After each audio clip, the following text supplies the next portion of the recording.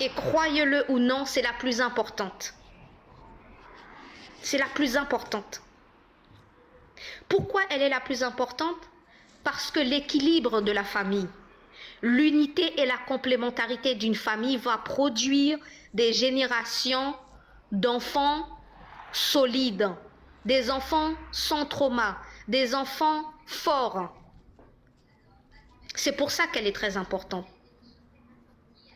La deuxième, effectivement, c'est l'éducation. Quand je parle d'éducation, je précise bien, l'éducation, c'est dans l'ensemble. Il y a la connaissance de son histoire, de soi, la connaissance intellectuelle et surtout la connaissance de l'humain.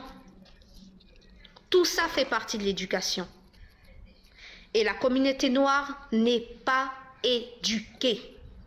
Et tellement elle n'est pas éduquée, c'est pour ça que même si en face d'elle, c'est un chien, on lui dit que c'est une chèvre, elle finira par croire que c'est une chèvre, ouais. Bien que c'est son subconscient et que ses yeux lui disent que non, c'est un chien, mais il suffit qu'on lui persuade que c'est une chèvre, elle finira par dire que c'est une chèvre.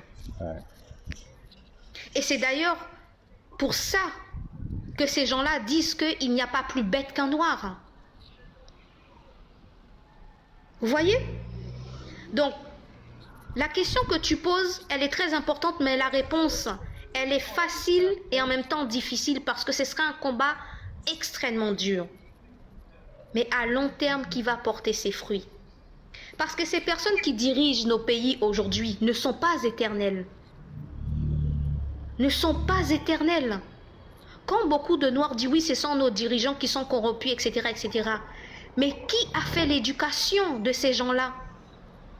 Talon, comment il s'appelle l'autre là, Gary Conil, ou celui qui est encore aujourd'hui en ce moment en Haïti, ou en Afrique, ces gens-là, ils ont fait leur éducation où? Et ils ont été éduqués par qui? Par le colon. Oui, juste pour ajouter quelque chose, s'il vous plaît.